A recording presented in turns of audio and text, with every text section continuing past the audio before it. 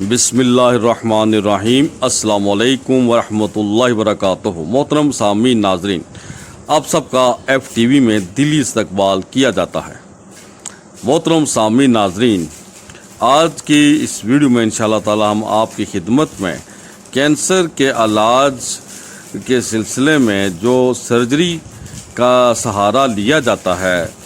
اس کا کیا کردار ہے کینسر کی ٹریٹمنٹ میں اور اس کے کیا ایفیکٹس ہیں، اس کے اوپر ہم بات کریں گے۔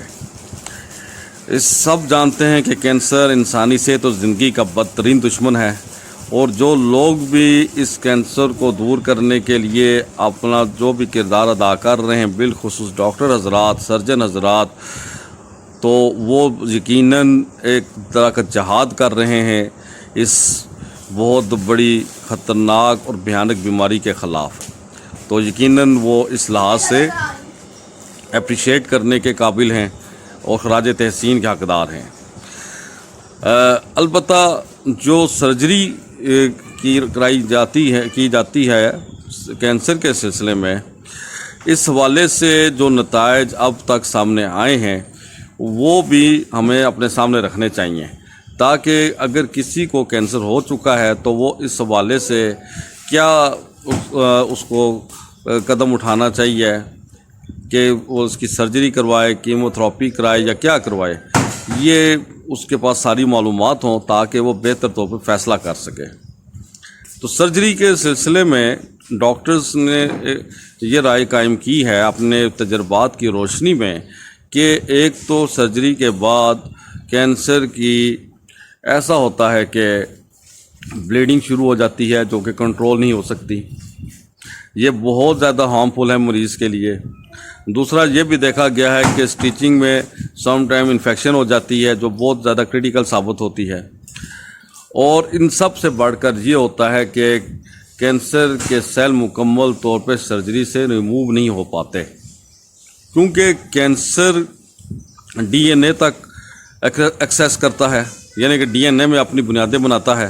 اور پورے کا پورا سیل ایب نارمل سیل یعنی کینسر سیل میں کنورٹ ہو جاتا ہے، اور وہ مل کر ایک ٹیشو کی صورت اختیار کرتے ہیں جو کہ ہمیں ٹیومر کی صورت میں نظر آتے ہیں۔ تو اس وجہ سے جب کہ سرجری کی جاتی ہے تو لازمی نہیں ہے کہ سرجن کا جو نشتر ہے وہ تمام سیل کو ریموو کر پائے،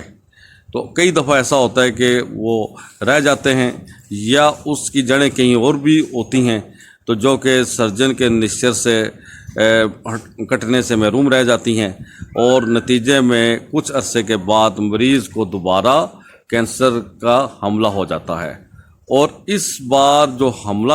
کینسر کرتا ہے وہ پہلے کی نسبت زیادہ شدید ترین صورت اختیار کر جاتا ہے، بدترین حالات سے مریض دوچار ہو جاتا ہے، اور اس قدر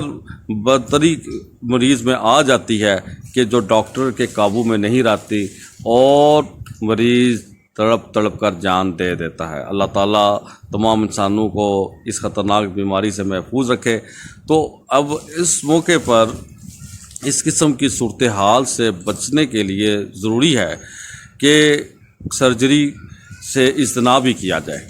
ہم نے دیکھا ہے کہ کئی لوگوں نے اپنی